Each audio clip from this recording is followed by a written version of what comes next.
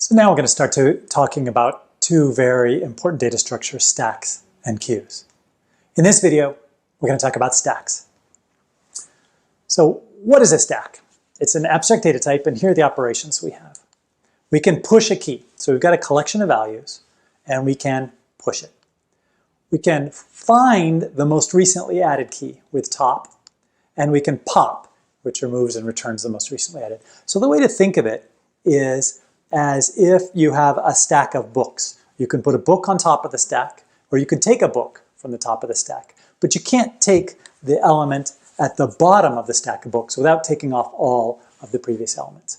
So it's really pretty simple. You can push items on, you can find where the top one is, you can pop off the top one, and you can intermingle these operations. Okay? The last one you can find is it empty? So do we have an empty stack? This turns out to be really useful for lots and lots of things where you need to keep track of what has happened in this particular order. Let's look at an example. So let's say we've got a balanced brackets problem. So here we have a string, and it has left parens, right parens, left square brackets, and right square brackets. And we want to return whether or not that string of parentheses and square brackets, whether they're balanced. Okay, balanced meaning there's a matching left paren for every right paren, and they're in the right order, and they don't cross over. Let's look at some examples of balanced. So the first string here, left paren, square bracket, matching square bracket, matching right paren, square bracket, matching square bracket, right paren, left paren, matching paren.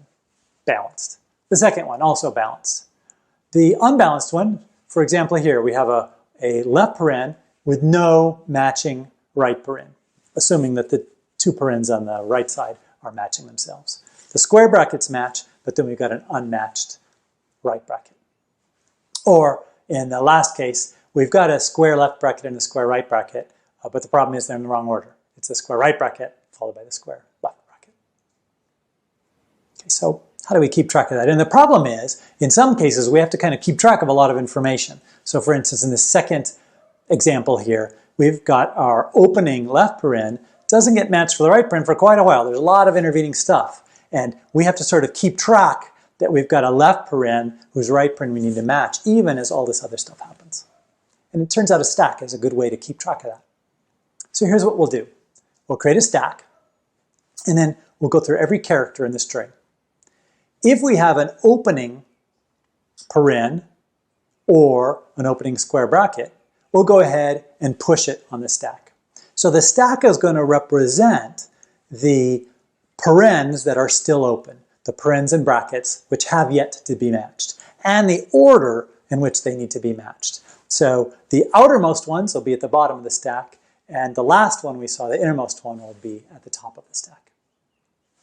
Then, if it's not one of these opening ones, then if our stack is empty, that's a problem, because basically we've got a closing paren or bracket, and there's no matching element. So if the stack is empty, no, we're not balanced. Otherwise, we'll pop the top element off, and then we'll check and see, does it match that element from the stack? Does it match the character we've got? So if the top was a left paren, did we just read a right paren?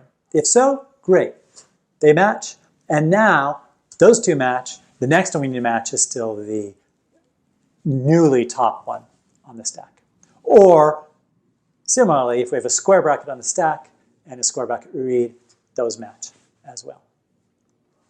If they don't match, then we've got a problem, right? If we've got a right paren on the stack and a left paren on the stack and a right bracket that we just read, those don't match, for example. So then we return false. Once we've run through all of the strings, we're matched, right? Well, no, not necessarily. Imagine we had the string left paren, left paren, left paren. We'd go through, we'd push the left paren, we'd push the left paren, we'd push the left paren, and then we'd be done. We wouldn't have returned false. But it's no good because we didn't actually match what's on the stack. So once we go through all of the characters in the string, then we've got to actually check and make sure, is our stack empty? Did we successfully match everything? This is only one example of the use of stacks. Stacks are used in lots of other places. They're used for compilers. They're used in a lot of algorithms that you'll be seeing throughout this course. So how do you actually implement a stack? Well, let's look. You can implement a stack with an array fairly easily. So allocate an array of some maximum stack size. Right? So in this case, we decided it's 5, just for the sake of example. And we're going to keep a variable, which is the number of elements that are actually in the stack. When we push, so in this case, we're going to push A, we're going to go ahead and put it at the end of the array we've got so far. So for whatever elements we have, we'll append it to those. So in this case, we'll put it at the beginning of the array, because we haven't used any elements. And we'll keep track, the number of elements is 1. Okay. We push B, we'll put it at the next spot. And now our number of elements is 2. Fairly straightforward, right? We're just appending to the array. And these are clearly order 1 operations. What's the top element? Well, that's really simple. If the number of elements is 2, that means we need the second element from the array, which in this case is B. Again, a constant time operation. We push C, our number of elements is 3. And now let's say we pop. Well, what do? We need to go get the third element, which is C, and erase it, and then adjust num-element so it's now 2.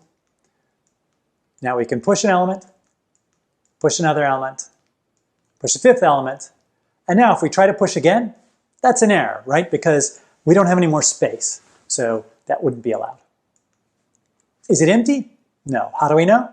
Because the number of elements is greater than 0. Again, an order 1 operation. And now we can start popping, which will be returning the appropriate element of the array based on the num elements value, and keep popping until we get down to no elements. Okay? If we're at no elements and we ask it's empty, yes, that's true. We can also implement a stack with a linked list. So one disadvantage we saw, one limitation of the array is that we have a maximum size based on the array we initially allocated. Okay? But all the operations are order 1, which is good. The other potential problem is that we have potentially wasted space. So if we allocated a very large array, okay, to allow a possibly large stack, but we didn't actually use much of it, all the rest of it is wasted. If we have a linked list, what we do then is every element in the list, of course, will represent a particular element in the stack. And so we'll push A. And then if we push B, we're going to go ahead and push B at the front. So basically pushes will turn into push front. If we want to get the top element, just get the head element. Okay, so top will really just be top front. We can keep pushing at the front, or popping. All of those are order 1 operations. We can keep pushing, and the nice thing about this is there is no a priori limit as to the number of elements you can add. As long as you have available memory, you can keep adding. There is an overhead though, right? In the array, we have each element size is just big enough to store our key. Here, we've got the overhead of storing a pointer as well. On the other hand, there's no wasted space in terms of allocated space that isn't actually being used. So we keep pushing. Is it empty? No, because the head is not nil. Okay. And then we can go ahead and pop. So if we had a linked list, it's very simple to implement the linked list operations in terms of the linked list operations. Push becomes push front, top becomes top front, and pop, which is supposed to both return and pop the top element, can become a combination of a top front followed by a pop front. Empty is just empty. Okay, we keep popping, and then eventually we pop the last element, and now if we ask whether it's empty, the answer will be true.